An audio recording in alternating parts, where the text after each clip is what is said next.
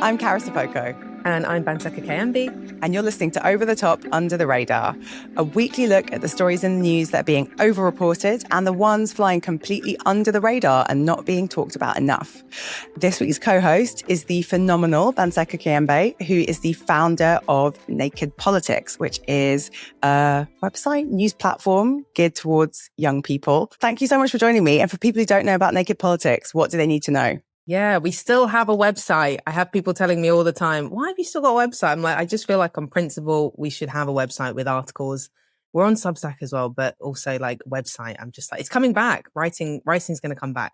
Our biggest platform is probably Instagram and TikTok. So we've got news updates on there, but we've also got analysis, breakdowns, hopefully the juicy stuff that you're not going to get on mainstream media. And then, we've got articles on our website and Substack as well. You can get that straight in your inbox if you sign up to our newsletter. Not paywalled at all. It's all free. I hope we don't have a paywall ever. Yeah, and it's geared towards young people, but I'd like to think maybe older people also get something out of reading it. I like reading it, and I'm older, so. Perfect. Brilliant. But you look very young. It's the melanin. It's the melanin. It is, man. It's keeping me going. And excessive use of skincare products.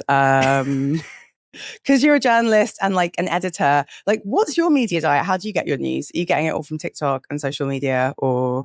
Because of what I do, I'm trying to get my news from a variety of sources, right? So that does mean I engage often, including with, media platforms that I don't necessarily think are like the best. BBC, I'm going to rant about that a bit later, probably. Banseka and I have both taken a look at the news agenda, and we've each picked one story that we think the media has gone over the top on and one that has flown under the radar and not been talked about enough. And I think you're going to kick us off, Banseka.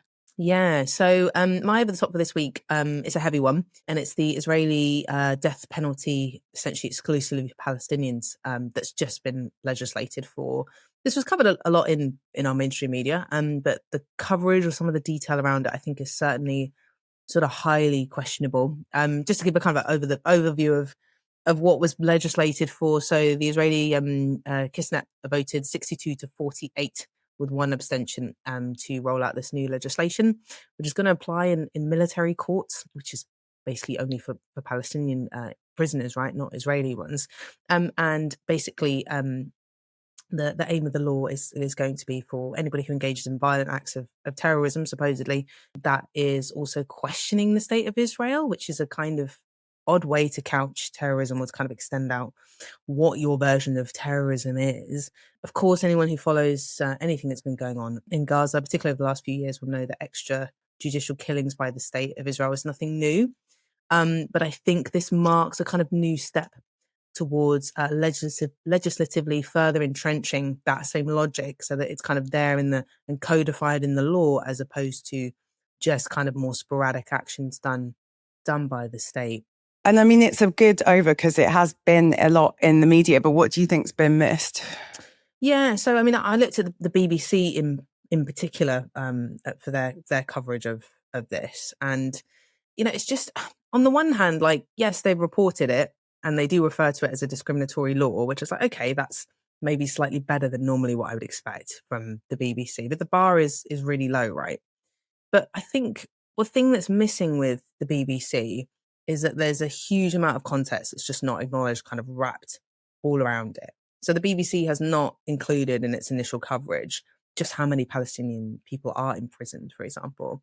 It's not tried to include the fact that actually, since this so-called ceasefire deal was put in place, where you had this exchange of Israeli hostages returned for Palestinian prisoners, for every one Palestinian prisoner that was released, 15 more Palestinians have been arrested since and imprisoned.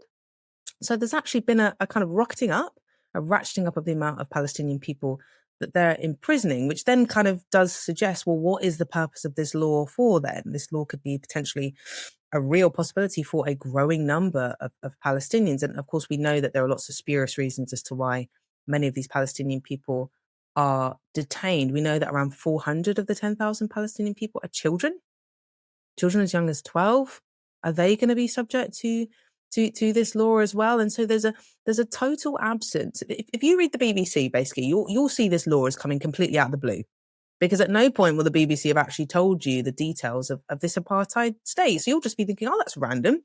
The only democracy in the Middle East is going to kill Palestinians by law only. That's that's random. And you'll have no historical context whatsoever to understand where this sits in a kind of wider landscape of the history of Israeli apartheid. It will feel like an aberration. People often talk about the likes of Ben-Gvir as, they don't represent Israel. But we can see more and more that that's not true. I mean, Ben-Gvir, who was popping champagne once the law passed, like literally toasting to the deaths of Palestinians. Yeah, pretty grim. Seriously grim. And I know the FT as well, when I was looking at some of their coverage as well, which was still better than the BBC's, but they did refer to the new law as controversial, which was quite common. A controversial new law has been introduced. Which feels like an Alan Partridge thing of like, so we've passed a new law saying that basically we're going to have racialized death penalty and it's going to be a 90-day period from the sentence to the execution. So it's going to be really limited for the window for the appeal. And it's like, controversial. It's like, it's not controversial, is it? Yeah. There's two sides to this. Some people might find this quite controversial. Yeah, I think it's hard, isn't it? We just live in a time where it increasingly feels like everyone is unshockable because of so many of the awful things. But I think you're right for us to sort of like pay attention to this and to how it's being reported, because it's what's happening, which is awful and bad. And then there's also the way that like journalists have so much power in how they report this, just like they have so much power in how they report Palestinian deaths as like a sort of natural disaster rather than something that is like actively being done. To sort of call the law controversial really downplays it and really just adds to this kind of white noise, background noise we all have, which is just that like somehow Palestinian life, like it's worth less. Or like if this law had been passed in France or Germany, would the BBC have said the same thing? Like it doesn't feel like they would have. Yeah, it's a totally, and again, the BBC's not really highlighted just how strange this law is, even by plenty of other heinous country standards. Like to have a death penalty based on racial law, like this is going to sound like a hyperbole, but you do have to go back to Nazi Germany to get to that level of madness. You do. And that's, it's just, that's not, if you read the BBC, as I said, if that's how you get your foreign policy news, you just won't know that. I mean, not just the BBC, right? Like, as you say, the FT, as ever, always has pretty good reporting, but that's a paywalled publication that you need to have, like, you've got to have FT money to be reading that. Or the ability to get around paywalls, which obviously I don't endorse because it's not legal.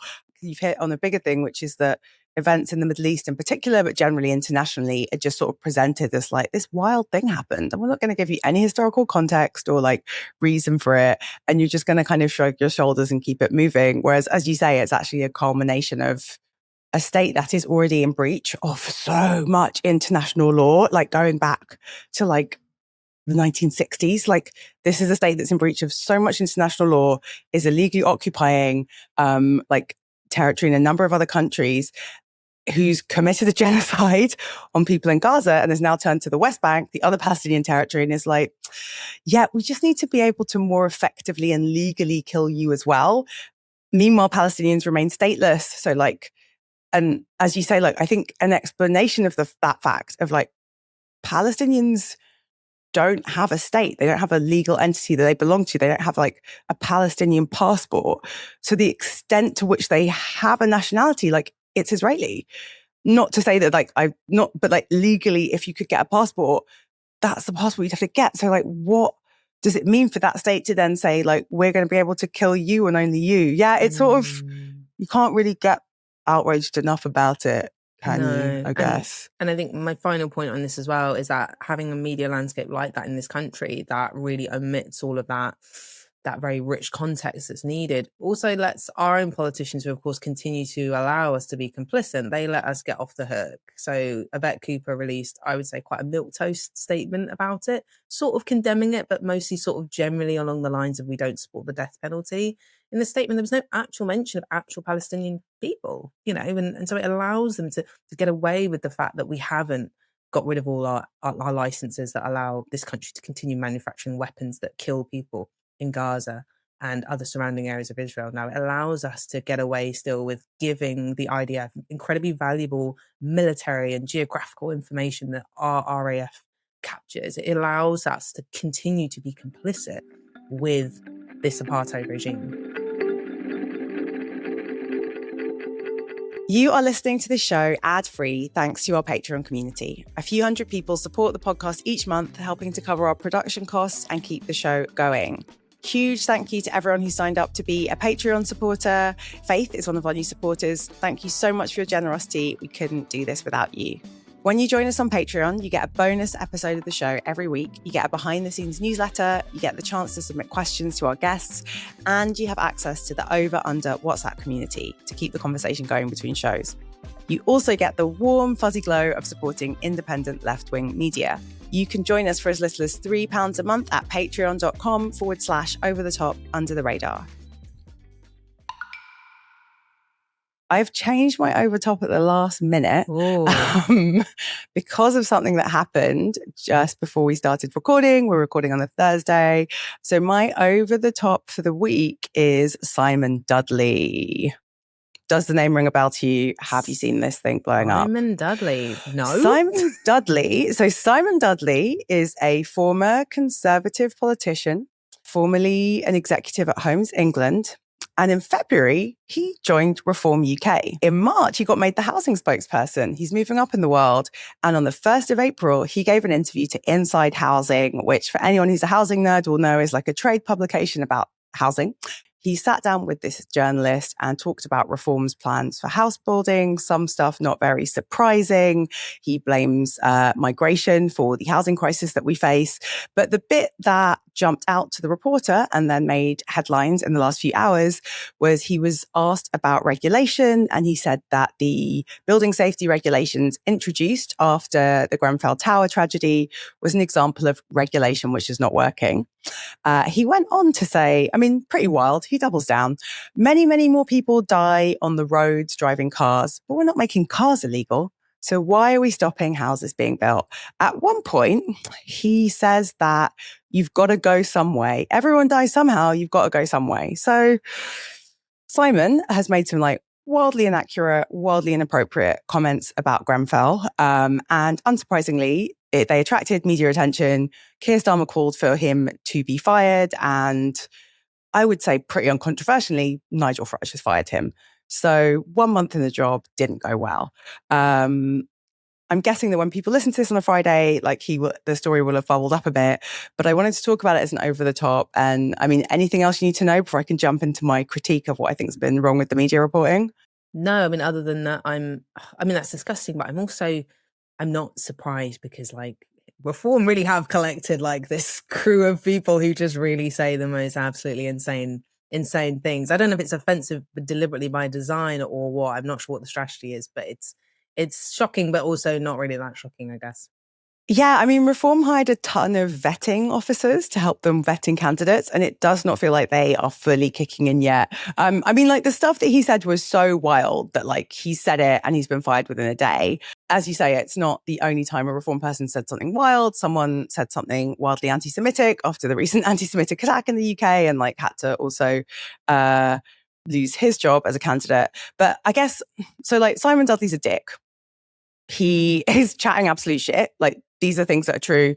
He should have been fired. People should have called him to be fired and he should have been fired.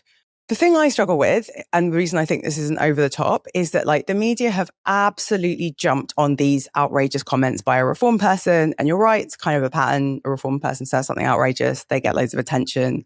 Someone says, that's terrible, you should apologize. And then they apologize or they get fired.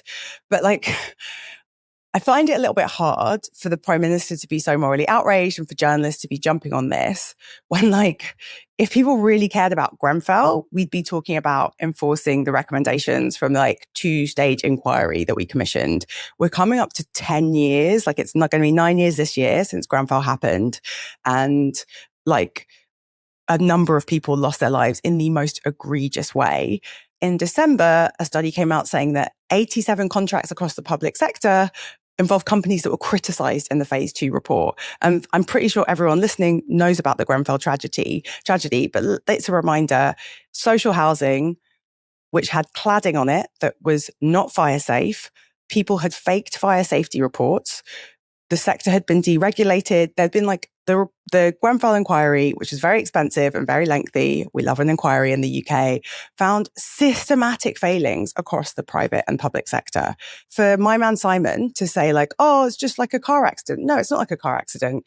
Buildings that weren't safe, that people said weren't safe, and that Grenfell is not the only building with this cladding. if you care about Grenfell, spend less time like firing shots at reform and spend more time making sure that all the companies that profited from that disaster do not have public sector contracts. Maybe try and bring criminal prosecution to some of them because no one's in jail. Make sure that everyone that lost their home and lost loved ones is rehoused somewhere appropriate. And I just like, as someone who grew up in social housing in London, like who lived the reality of like being from an identity where like you get less space in the city that you are from, people care less about you. Like people don't die in Grenfell because people die. People died in Grenfell because of like systematic neglect, criminal activity. And so like, I just find it really hard when people have Grenfell's name in their mouth to kind of fire shots at reform when, in the case of Keir Starmer for certain, and in the case of most media outlets, like if you care about Grenfell, do something about it. Work with the families who are still campaigning for justice. So like, it's absolutely right that Simon got fired, like good riddance to bad rubbish. But yeah, I just find it hard. I find it hard because we still don't have justice for Grenfell, like 8, nearly 9 years on. Yeah.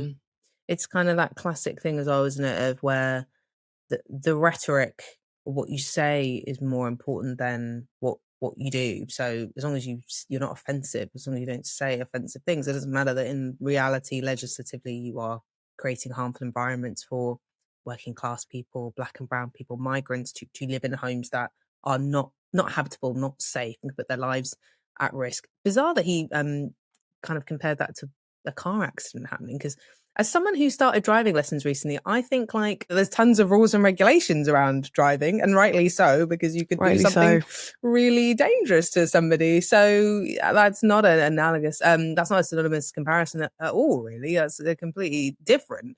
Very weird. I mean, it's like, the thing is, you could pick holes in so much of what he said. The other thing he said that was just, when you're like, you want to be a politician? He said, sadly, everyone dies in the end. It's just how you go, right? And it's like, these people died in the most traumatic and awful way possible. Like, they weren't like old people that died in their sleep. The analogy is terrible. All of the recommendations from the Grenfell inquiry haven't been implemented. So how can they be to blame for decades of not enough home building? And like, I think that there's like, obviously people are going to focus on like the insensitive comments about Grenfell and the fact that he's been sacked from a job he's had for a month. But like, also, if you read the interview on Inside Housing, like everything he's saying about house building is like absolute cobblers. Like this idea that controlling migration is going to solve the housing crisis, is going to bring rents down. Like it's nonsense. And the idea that like, fairy tale stuff, the idea that people died in Grenfell and then we brought in all this regulation and like now we can't get homes built quick enough. It's like, no, I mean, A, there are enough houses in this country. They're just not evenly distributed. Like they're hoarded by private landlords and wealthy families. Like, and then B, we should have been building between 200 and 3,000 new homes a year for like the last 20 years. Like that's what would have solved the housing crisis. And we shouldn't have taken social housing, which is affordable, stable, tended to be of good quality because it was built by the government, and like let it go into the private sector, let everyone do right to buy. Like it's just like an absolute nonsense. And obviously people are going to focus on the Grenfell stuff, but like the rest of the stuff he's saying, as someone who's worked in housing and construction, it was just like, what are you talking about, bro? Yeah. And like, of course, he was a Conservative politician, right, before joining Reform, and all the things you've just outlined around selling off of social housing, not building enough homes. So much of that stuff, not all of it, but so much of that stuff, of course, happened under Conservative governments. That's one of the kind of biggest legislative changes, I think, that the successive governments under the Tories actually did. David Cameron came in the 2010s and made lots of noises about how many houses they were going to build. He actually built fewer houses than I think any prime minister had since about the 1920s.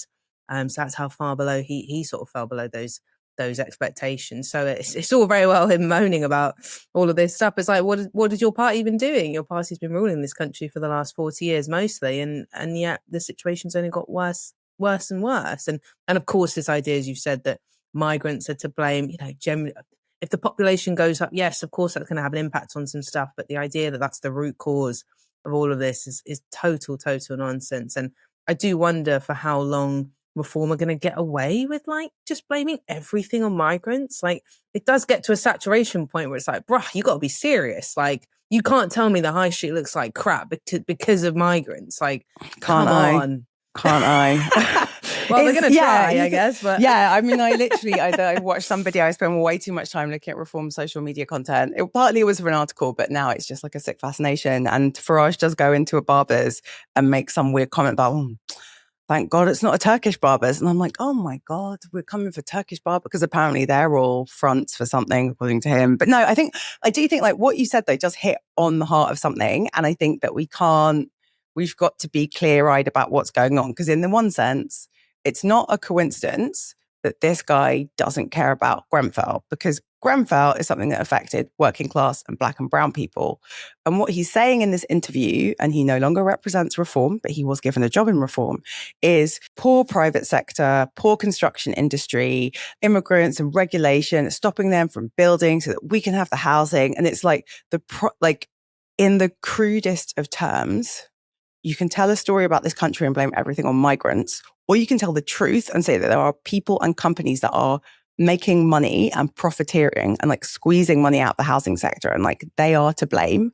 And we've got one political party that is like going to constantly, and as you say, to a point of parody, point the finger at black and brown people and at migrants. And until we have more politicians and journalists who are going to point the finger at like the people profiteering and like behaving criminally, you are actually to blame, then we're not going to even get to start to solve some of these things. So yeah, last minute edition was Grenfell. Was going to talk about Iran, but I mean, it'll be there next week, probably, and the week after. Tell me about your under the radar for the week.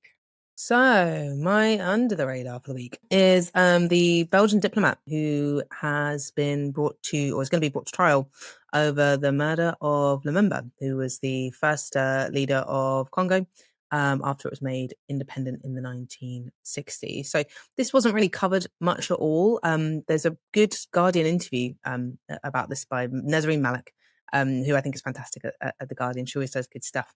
So there wasn't much in mainstream media. I think the FT again reported it, but again, it's behind a paywall, so I can't read it. One day I'll have FT money. One day we'll have that FT money. If someone wants to send us FT money, yeah, hit our Patreon. But I suppose just to give a bit of background in case anyone is unfamiliar with Lumumba. So Lumumba's the first independent leader of Congo after it's made independent from Belgium, the former colonial force. He's a openly socialist politician, which is not to the tastes of various other Western power holders like the US, like its former colonial masters as well, Belgium. And so after a mere 6 months, I think it is, after he takes power, Lumumba basically was detained and tortured and killed in January of 1961 at the hands of a Congolese firing squad, but very much with the support and backing of Belgian colonial forces. The CIA were involved, of course, as well. They have a real economic... Of course they were. Yeah, anything that's a mess, the CIA were probably there. And one of the most disturbing things about this story is that Lumumba was not just killed, which is, of course, in of itself bad, very bad. His body's dissolved in acid.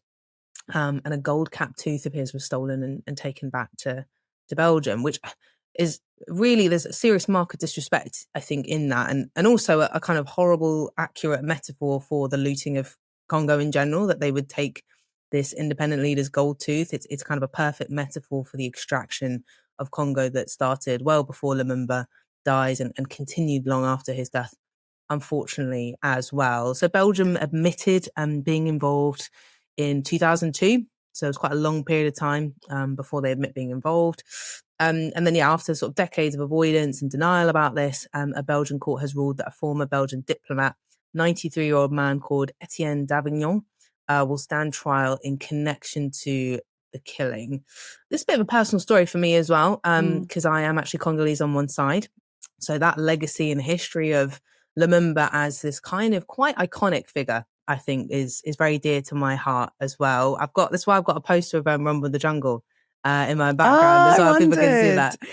For people watching, you can have a look on Spotify, but if you're listening, Banseka has an amazing vintage poster of George Foreman versus Muhammad Ali, Rumble in the Jungle. Yeah, man. It's like a copy of the OG poster. My dad was actually there as well. Shout out to my dad.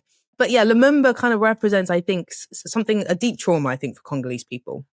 About the kind of ever strengthening of Western imperial forces in the country and a lack of being able to choose your own destiny. And also as well, I think he's maybe almost a Pan-African symbol a little bit now as well, a bit like someone like Nkrumah. Definitely. I was going to say, I actually don't have it on, but I have a jumper that has Nkrumah, Lumumba, like all of our heroes that were, taken out or literally taken out by the CIA. Yeah. And I think those socialists, those like 1960s, 1970s, like socialist leaders, Pan-Africanists. Yeah, he's definitely Lumumba's like big hero in my family as well. Yeah, totally. And it's a shame it's not my background as well, but I also have a massive picture of Lumumba up in my living room as well. So yeah, he's this kind of Pan-African symbol, like a Nkrumah, who's not just Ghanaian. Nkrumah he's a kind of symbol of hope for Pan-Africanism and a different alternative utopia, I think, for Africa and African politics, where the people actually reap rewards of all the amazing minerals and riches in the country, and are not exploited for it. So yeah, it's an underreported story. I guess maybe some people are framing it as this is historical. Although if I think of maybe some other analogous comparisons, I'm like, well, I don't know, maybe if this was like a German Nazi, like maybe this would have been reported a bit more. Maybe, yeah, just maybe. Yeah, I think it's a great under the radar. It had not flown under my radar, and I'm really glad that we got to talk about it this week when you're on the show. I think you sort of have to pick around. You can Google News it and you'll get like a little handful of articles. And so, yeah, I think for me, there's a couple of things. Yeah. One, this hidden history that those of us with African heritage, like, are aware of because we were told about it. Because as where are you from, by the way? I actually haven't asked you. Wait. Yeah. So my dad is Ghanaian and lives in Ghana. Hi, Dad, if you're listening. He can't work out how to play the podcast, he said. And my mum is Welsh. So I have. Oh, that's cool. Yeah, so neither English. Both my parents get annoyed if I call them English, and both kind of different experiences of like colonialism. But yeah, so Nkrumah was one of my dad's big heroes, along with Lumumba, along with lots of the liberation leaders. And I think that idea of this sort of secret hidden history that doesn't get told, like I don't think anyone in the school in the UK is studying Lumumba on the curriculum. Let alone just, the awful circumstances of his death, of his murder. And so that erasure, I think I think it's hard to have this like tragedy in your family and cultural story that isn't known and isn't told about. And like it's within living memory. It's not hundreds of years ago. And then I think the other thing, and it kind of connects to something you said when we were talking about Israel, is like, you can't understand what's happening today unless you understand the history of colonialization and just of different countries. In Congo, like there was a headline that some US firm have managed to acquire a company that's based in Congo that extracts cobalt. And like these like countries like Congo, countries like Ghana, countries in the Middle East are rich in resources and minerals that people need to make phones, to drive cars. And like they have been, I don't think it's very controversial to say, like they have been systematically destabilized and treated as political footballs so that the countries that want to extract those resources are able to do what they want to do. Like when socialist leaders pop up, and it could be in Iran, it could be in Congo, it could be in Ghana, who say, we're going to keep our natural resources and I'm not going to let you enrich yourselves at the expense of my people. They quite quickly disappear. And then 10, 20, 30 years later, you find out there was a CIA coup, there was a Belgian-backed coup. And like, this stuff isn't conspiracy theory. You can go and read a ton of books about it. Like you can read an article about it. And I think that having people not know that history and what it means, I think is like incredibly detrimental. It means people don't understand what's going on now in lots of regions of the world. And they're like, I guess they're just crazy out there. I guess they're just wild. Because when you talk about CIA-backed stuff, you sound like a crank. Yeah, sound like a tinfoil hat person. Yeah. But it's true. Like there are books, you can read it. The CIA wouldn't even deny it at this point. No, they'd be like, yeah, we did it, guys. Yeah, that was us. And also like some of the details are so wild. Like the coup in Iran was a US and UK backed coup that was literally because there was an Iranian leader who was like, you can't have all the oil and give us nothing. And the British were like, absolutely not. Let's go to America. And they're like, we'll split the oil with you. Let's take them out. Same with Nkrumah, CIA backed coup. Same with Lumumba.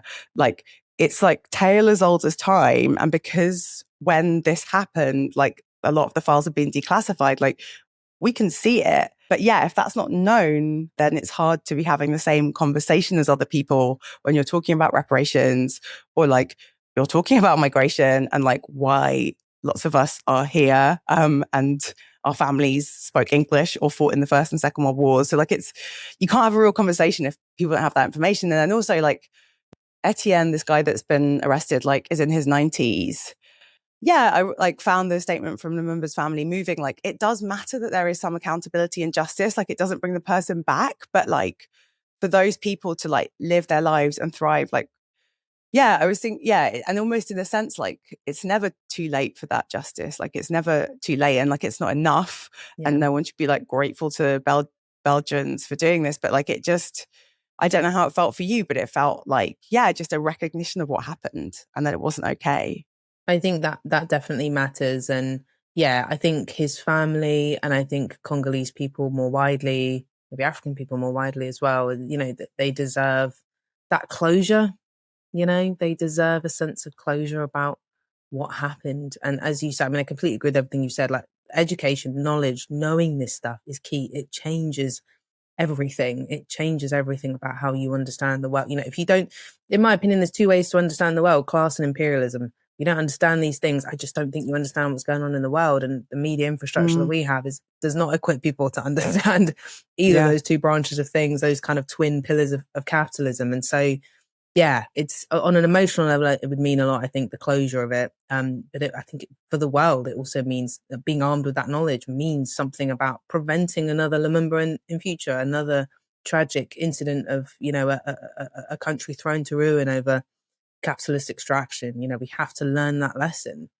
It's almost like a cheat code to understanding when some seemingly like when the media do report on some just like conflict that's bubbled up or wild thing that's happened or world leader that's been overthrown. Like when the military coup happened in Burkina Faso, I just texted my dad and I was like, what's in Burkina Faso? And he was like, uranium. Like it's as simple as that. It's as simple as that. Like, what's in Sudan? What's in Iran? Like, it's literally like the cheat code is not complex. And like Congo, the answer is a ton of stuff like cobalt, tantalum. Like, if you want to have loads of smartphones, if you want to have electric vehicles, like you need to extract things from Congo. And like, it's not a coincidence that then Congo's been systematically destabilized. And I think, yeah, it's hard to not, if we don't have media reporting that like A, tells these stories and then B, like digs that one level deeper to be like, who makes money out of an unstable situation, or like who doesn't want a kind of political system and political leaders that are protective of their people and the natural resources they have. Yeah, okay, so great under the radar. My under the radar is GB News. It's not something that happened this week, but it's something that was reported on the 18th of March and just has not been picked up enough by any media. So Alan Rusbridger, who co-hosted the show a few weeks ago, former editor of The Guardian, former editor of Prospect, and now is, I think, writing for editing The New World, which I think used to be The New European, did a study, like did an investigation into GB News. And basically, the investigation found that GB News, which is a right-wing TV channel, like 24-hour news channel, deliberately made in the mold of Fox News. Like the people who set it up deliberately said, we want a Fox News in the UK. Alan Rusbridger and 20 other journalists did a study where they watched hours of GB News to check if it was breaking Ofcom code. So Ofcom is the media regulator in the UK. And just to be clear, broadcast news outlets in the UK have to report with due impartiality. So like there is an expectation, like TV channels are not newspapers. You can have the Daily Mail and the Sun saying what they say. But if you are a broadcaster putting out news and current affairs programs, you are legally required by the Communications Act of 2003 to report with due impartiality. You can't just put one side out. This study into GB News found that GB News is breaking Ofcom code left, right, and centre. Like it's very clearly skewed towards the right, and it's very clearly favouring not just right-wing politics, but like reform. A number of reform politicians have shows on GB News. Matt Goodwin, who recently failed to win the election in Gorton and Denton, Nigel Farage, Richard Tice. Like Nigel Farage, I think, is getting like $500,000 a year from his GB News show. So there's been a report that's found GB News is like wildly biased. I watched GB News for the last week, and pray for me. And Cameron, and to be honest, I wonder if this is one of the reasons it doesn't get picked up, because people who aren't right wing maybe just don't watch the channel. But I was shocked. Within like 10 minutes, I'd heard like loads of anti-immigrant tropes. Then it was like, after the break, we'll be talking about trans athletes. And I was like, what? You were just like, is this a parody of GB News? Or is it the actual? So like, we've got this news channel. It's purporting to be news. It's putting out loads of right-wing content. It's not very subtly supporting one political party and like one political project, and Ofcom aren't investigating it. There are barely any like complaints or sort of investigations from Ofcom. Meanwhile, people are complaining about climate change stuff all the time. This channel is 5 years old. It is part of the pollution of our news ecosystem. Like it's not just people that watch GB News and are absorbing this like news that is not impartial, but also GB News is really big on TikTok. I'm sure you know this because you're a TikTok girly. Like so many of the clips of Nigel Farage and right-wing politicians you see on TikTok are like GB News clips. And so that's like more free media, free content for Farage and for his ideas. So yeah, I mean, Polly Toynbee wrote a column in The Guardian this week about the new chair of Ofcom and like how they need to deal with GB News. And Alan Rusbridger put out this investigation, but otherwise it's kind of been crickets. And I find that weird because normally the media loves to talk about the media. But yeah, I don't know if you'd seen this, but it really... thought it was really shocking, thought it was really scary, and I just feel like we should be talking about it more. Yeah, I hadn't seen this till you brought this to my attention last night at all, actually. It's certainly not come up on my timeline. It's interesting you say like the media loves to talk about the media, which is true, but it's also quite selective sometimes about how it likes to talk about the media. It kind of reminds me of like the phone hacking scandal, which is kind of was just holding a mirror to the media landscape and the media world. And that really like was, really struggled to gain ground for a considerable period of time, right? Which always raises a question of how does the media hold the media to account? Like, how does it hold itself to account? Because it's not a story until a media platform decides to make it a story, right? That's how the media works. So it's interesting in a sense that this isn't really being reported at or looked at. I think it's incredibly worrying, this intersection that you've talked about between reform in particular and the news, and this kind of bizarrely symbiotic relationship now that's building between these two, what should be separate factions. I don't understand why that's legal. If I'm going to be, I don't know if that sounds draconian, but I'm like, I don't think a sitting MP should have a news TV show. I just don't think that should happen. I think like it's a couple of fronts. Like one, it's sort of free, and I mean, it's not like, let's not say it's the fact. Like Boris Johnson had his Daily Telegraph column, which he was getting paid for. Like it's not, but yeah, I agree. I don't think a politician should have a paid gig with a media outlet. And like, I just like it's far more than their MP salary, far more.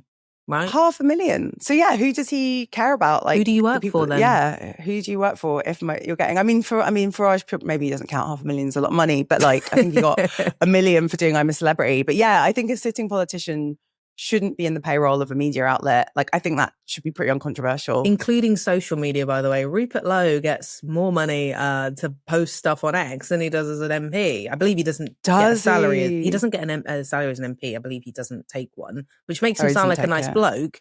Like, oh, he's being very, very nice and not wasting the state's resources. I would much rather we paid you, so at least we knew what we were in your interests. First and foremost. We paid you and no one else is allowed to pay you. Like no one else. You're not allowed to like augment it with a little cash here, a little board position there. Like, nah, you just get what we pay you. That's it. His register of interest, if you look it up, it's crazy. So I think this should extend to social media as well, because a platform like X, you could make probably quite a lot of money just posting vile stuff as someone with a public platform. Also, I mean, there has been an investigation looking specifically at X and Rupert Lowe's posts that show that the algorithm is biased towards him. It's a Sky News investigation. I can put it in the show notes. Right. But they looked at, because a lot of people open X who are still on it and they're like, getting a lot of right-wing stuff. And they showed that because Rupert and Elon are pals, Rupert's posts get more traction. So yeah, he's got this like symbiotic relationship with them. You're right. I think that bigger point of like our politicians can't be on the payroll of anyone and they shouldn't be on the payroll of media outlets.